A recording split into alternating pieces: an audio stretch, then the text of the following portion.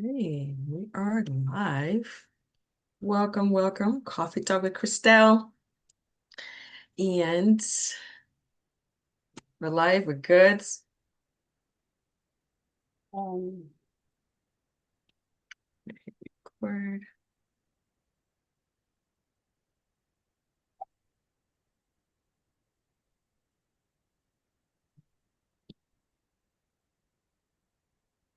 Let's start with a sip of coffee. All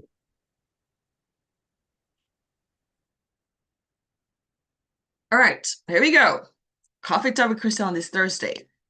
So if you're tired of real estate headlines that make absolutely no sense, this Coffee Talk is for you.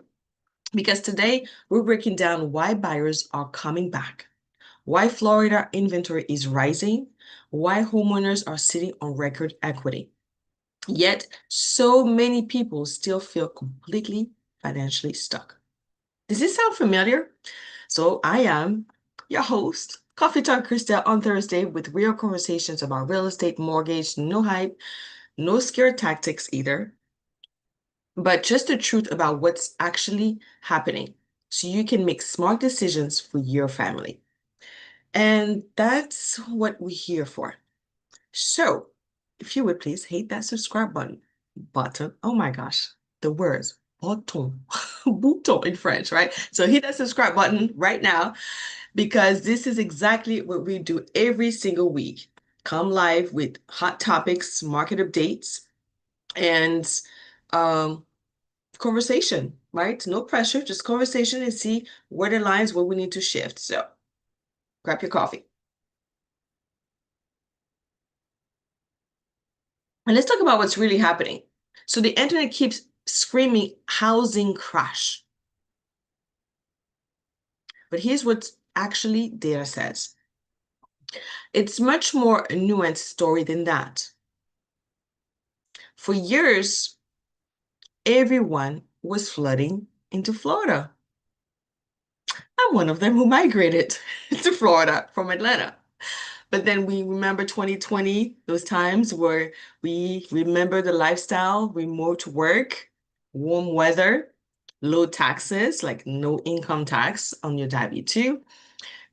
And the market reflected that. But now something really interesting is happening. Inventory in many Florida markets has increased significantly. Buyers suddenly have more choices. Homes are sitting longer in some cases, in some areas, and sellers are having to actually negotiate again. So at the same time, the Midwest markets, though, they are rising, which is interesting. Affordability, economic stability, lower insurance costs, lower climate risk. The hottest markets are no longer automatically Florida and Texas. And that's actually a big deal. Miami, Orlando, Tampa, Jacksonville, and many of these markets now have some of the highest inventory levels in the country. And for the buyers, that can actually create real opportunity. Why? Well, now we have more seller concessions, more negotiating power. I smile when I say it because I love the negotiating power, the ability as a buyer to do that. More choices, less emotional bidding wars. I really didn't like those. That's not a crash. It's actually a market correction. And honestly, a balanced market may be exactly what we need or what we needed for a while. So I want to hear from you right now in the comments, whether you're in the live or in the future, in the comments. Do you think what's happening is a shift, an actual crash? So drop it below, comment shift or crash. I actually read every single comment. So okay. Let's go into our topic number 2.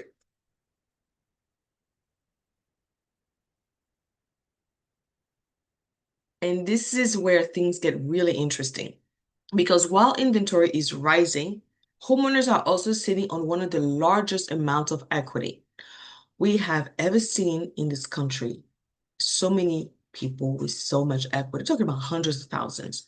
So why do so many of them still actually feel financially stressed? So let's talk about that. One of the biggest hidden problems in America right now is this. People look healthy. I meant wealthy. So people look wealthy on paper, but they don't feel free. Experts are calling it house rich, cash poor. Your house rich because it's on paper wealth, but the cash poor. And if that phrase hits close to home right now, you're not alone. You are definitely not alone. Many homeowners gained massive equity over the last few years. We're talking about 100,000, 200,000, and some homeowners even $300,000 or more, depending on the market. But here's the problem. That money is trapped inside the house. That's what I call your dead equity. It's just sitting there, trapped in the house. You can see it on paper. You get your updates from me. I have home reports that tell you your house has increased in equity, but you can't pay your grocery bill with it. You can't use it when your insurance bill doubled. You can't send it to cover the HOA increase. So people technically became wealthier on paper while simultaneously feeling financially squeezed every single month. As I say that, I think about the Georgia Power in my rental in Atlanta. Oh my gosh, almost $500 a month plus a scanner. So those are just the required bills to keep the bills on, or to keep the utilities on. I have to pay those bills. So that is that wealth on paper, but financially squeezed every single month. That's a contradiction so many people are living right now. And I want to be honest with you about something. That is exactly why so many homeowners, they feel confused. They basically think, how do I own a home with all this equity and I still feel pressure every month? You're not doing anything wrong. The math for the last few years just created a situation that nobody really prepared for. So, this is why financial strategy matters more right now than ever has. There are options. Things like your line of credit, your HELOC, or HELOAN if you are doing some debt consolidations and you want to have fixed payments versus the high credit cards. You have your cash out refinance. I usually go with the HELOC first because that means we're not touching your first mortgage. We're keeping that low interest rate, but then we're getting another debt, yes, but we're consolidating in many cases higher interest rate credit cards into interest that can be potentially deducted on your taxes if you do a HELOC or HELOAN. And the refinance cash out, I use that option if maybe you're not able to qualify for the HELOC for whatever reason. Usually that would be because of credit. So there are options if you're concerned about credits. I won't be able to quantify because yes, HELOCs and HELOANs have higher credit score requirements. And by the way, they've actually improved their minimum requirements. But a cash out, more flexibility, and we can go into case by case. There's also the reverse mortgage for the right situation. You have bridge loans. Like I have a client right now who is purchasing another home and he's using a bridge loan to go ahead and pull the equity out so he can buy the next home. We have debt restructuring. So we're going to actually go deeper into upcoming videos or episodes on how this works. So, but for the first step, is simply understanding that the equity you have built it's just not a number. It's an actual tool. And it can be used strategically. And if you appreciate this kind of conversation that actually explain what's happening instead of just hearing fear-based headlines, please subscribe right now. Because this is exactly what we break down here on every single week on our lives. Yeah, my hashtag is real conversations, real strategy, not just the noise and chaos, conversations and solutions and strategies. All right, let's dive into topic number 3. Continue with your coffee. Now, here's something that surprised even me when I look at the data. Even with rates still above 6%, buyers are coming back. Why? Because for a long time they were reluctant. If rates are still above 6%, why are buyers stepping back into the market? Well, because people are actually adapting. And honestly, life doesn't wait for perfect conditions. At first, buyers froze and said, well, I'm waiting for the rates to go back into the threes. Well, I'm waiting because there are some changes. The Feds are going to be some changes, and we're going to go ahead and wait because it's going to get better than the 7 and the 8, which it has, but it still stayed in the 6s. But now, 2 years later, many people are realizing that may not happen anytime soon. Those 3%, that's not happening. And life kept moving while they waited. Divorce happens, family grows, people relocate for work, parents need to downsize, and investors see opportunity where others are still. Eventually, life becomes louder than the interest rate. Would you believe that? People don't focus as much on the interest rate.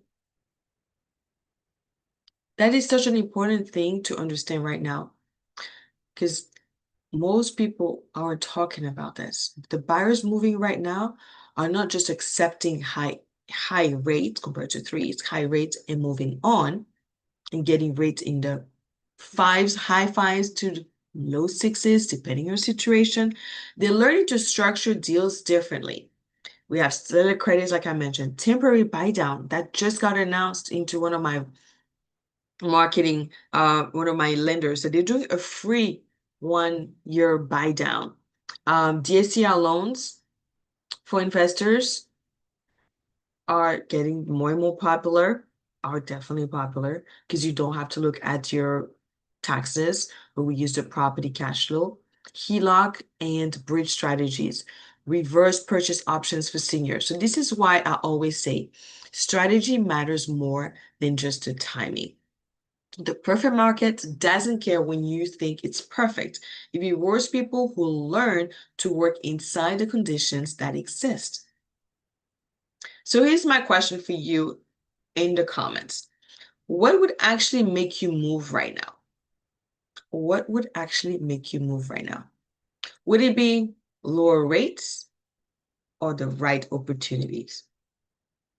So please drop it. I want to know where you are. Still in the low rates, not right or wrong, because I've shared information with you. Maybe that created a shift, or maybe it's like, you know what, I'm still stuck on my interest rate. So no right or wrong. Just go ahead and put it in the comments. All right, our last topic, topic number 4.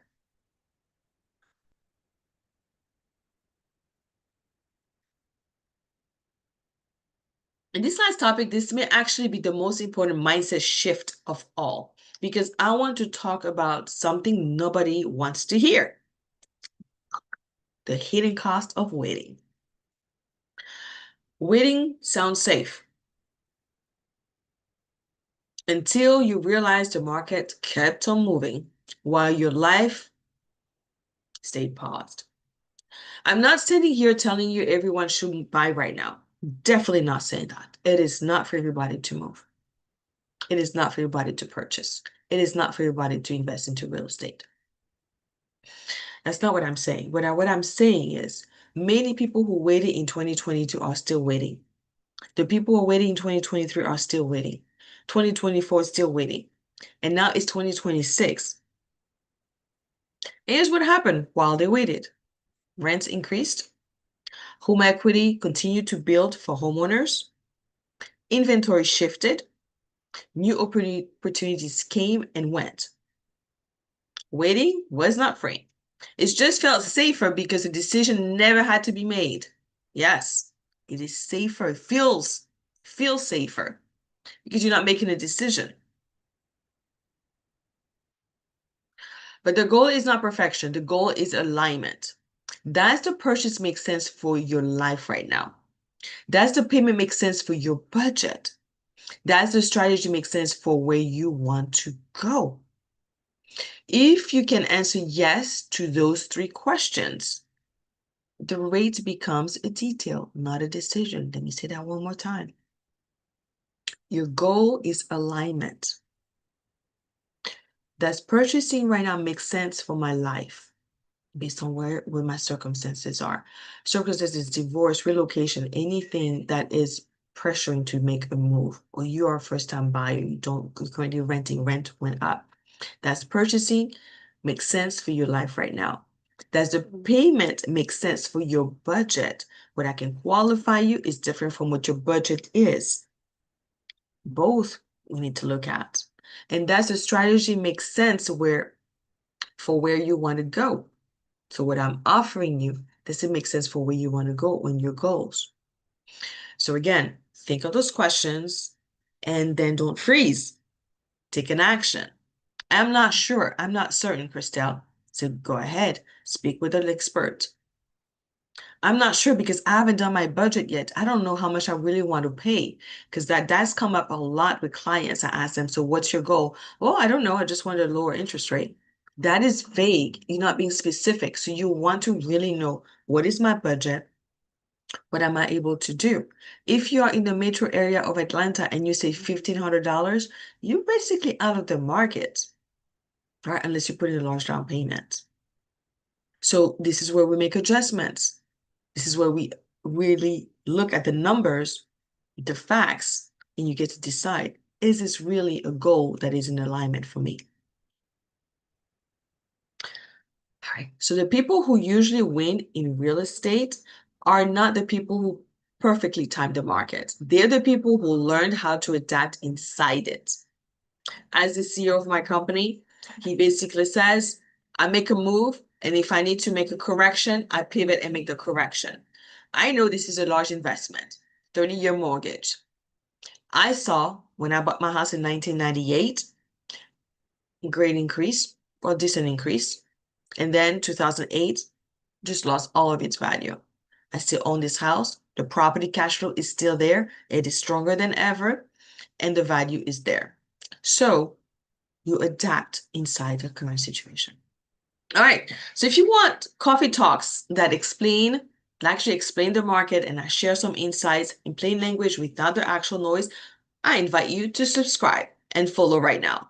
And share with your friends and family, because every single week we are breaking down what's happening in real estate, mortgage strategy, homeowner equity, and opportunity that most people completely miss. So you deserve to understand this stuff. And that's exactly why I'm here, with a cup of coffee warm so I can share this information with you. I'm Christelle, excited to share this and spending some time with you. Thank you so much. And I'll see you next week. And I invite you to follow me on my other page, which is that section where I speak more about the mystical Christelle. So if you want to know the outside of corporate, what does Christelle do and who she is, so you have insights of your host here, go ahead and join me. We'll go ahead and share that information as well. Thank you so much. See you guys.